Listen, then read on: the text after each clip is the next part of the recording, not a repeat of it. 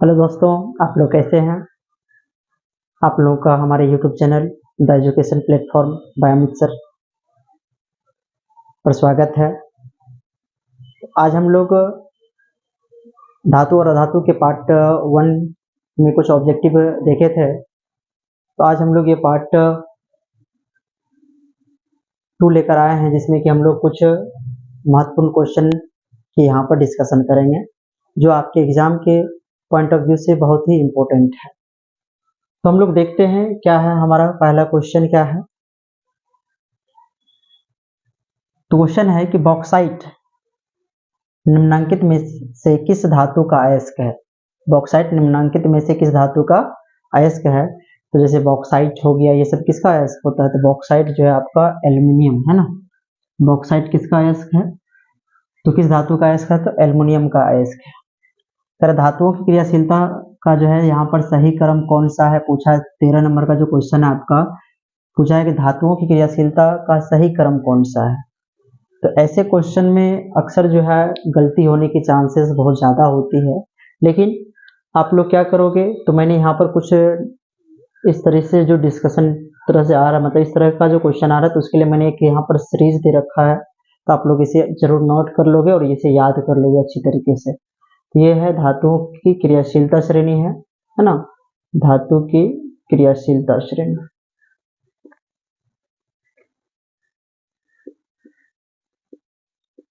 जैसे ये इसका घटता क्रम हो जाएगा, घटता क्रम।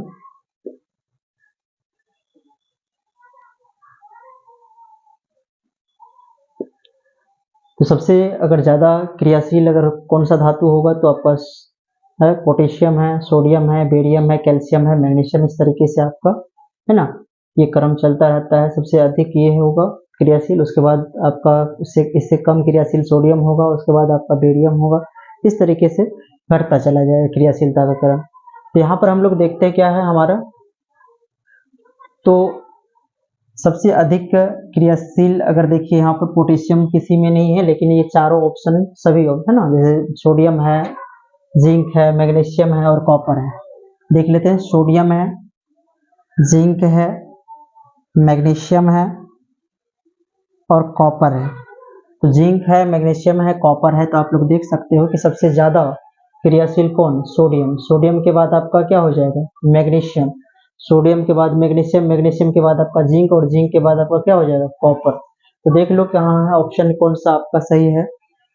तो पहले सोडियम है, सोडियम के बाद जो क्रियाशील है ना, सबसे ज्यादा क्रियाशील होगा सोडियम के बाद। यहाँ पर आपके इस ऑप्शन के अकॉर्डिंग सोडियम के बाद आपका मैग्नीशियम होना चाहिए। तो सोडियम के बाद मैग्नीशियम यहाँ दिख रहा है, लेकिन मैग्नीशियम के बाद चाहिए जिंक चाहिए, तो जिंक नहीं है। तो सोडियम के बाद अगर देखो तो मैग्नीशियम है, जिंक है ना, सोडियम, मैग्नीशियम, जिंक और कॉपर है, जिंक और कॉपर, यानी कि आपका ऑप्शन नंबर कौन सा हो जाएगा,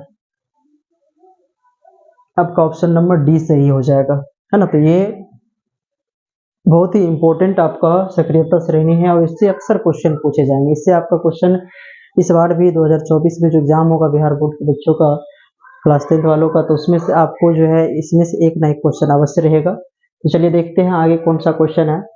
पहले सबसे कठोर प्राकृतिक पदार्थ कौन सा है ना, 14 नंबर का जो क्वेश्चन है आपका। तो सबसे कठोर प्राकृतिक पदार्थ कौन सा है, तो आप याद रखोगे कि प्राकृतिक पदार्थ के तौर पर सबसे कठोर पदार्थ कौन सा होता है, तो आपका होता है हीरा। कौन होता है, हीरा होता है, इस बात का ध्यान रखिएगा।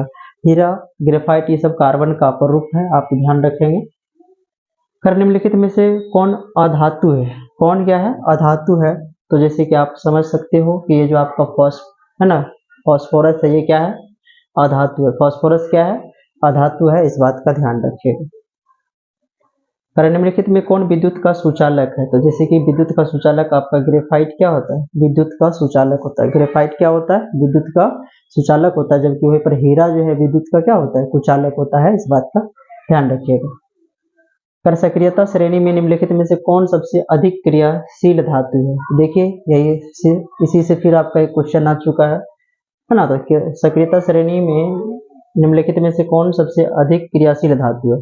तो सबसे अधिक क्रियाशील देख सकते हैं ऑप्शन के अकॉर्डिंग अगर आप चलोगे, तो सबसे अधिक क्रियाशील क्या हो जाएगा, तो सोडियम हो जाएगा। क्या हो जाएगा, सोडियम आपका इसका आंसर हो जाएगा, सही आंसर, ठीक है।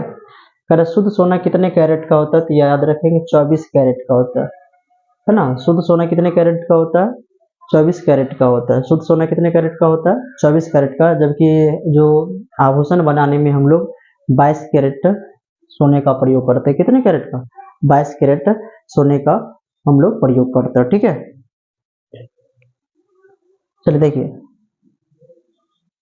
फिर निम्न में किस धातु को केरोसिन में डुबाकर रखा जाता है? तो सोडियम। किसको?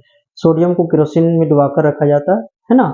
जिससे क्या होता है, इसका हवा के साथ संपर्क टूटा रहता है। अगर ये हवा में ही छोड़ दिया जाता है तो विस्फोट कर जाएगा, इसलिए इसको क्या किया जाता है? तो सोडियम धातु को क्या किया जाता है? केरोसिन तेल में जो है डुबा कर रखा जाता है। और जिंक ब्लेंड किसका अयस्क होता है? तो जिंक का। किसका होता है? जिंक ब्लेंड किसका अयस्क होता है? तो किस धातु का? तो जिंक का। जिंक ब्लेंड किसका अयस्क होता है? तो जिंक का। उसके बाद आपका है सल्फर के संयोजी सेल में इलेक्ट्रॉन की संख्या क्या होती है? जैसे सल्फर का संयोजी सेल बोला है तो सल्फर की क्या होती है? सल्फर की जो परमाणु संख्या होती है 7 होती है। आप देख सकते हो 1s2 2s2 2p3। तो संयोजी सेल में अगर आप लोग देखो तो यहाँ पर तो 22वीं कक्षा में पूछा है ना कि जो संयोजी सेल है कि सल्फर के संयोजी सेल में इलेक्ट्रॉनों की संख्या सल्फर का आपका 6 होता है। सल्फर का 6 होता है, नाइट्रोजन का आपका 7 होता है ना। तो सल्फर का जो है परमाणु संख्या 6 होता है। तो इसके जो 22वीं कक्षा में जो है इलेक्ट्रॉन कितना हो गया? 4 हो गया। कितना हो गया?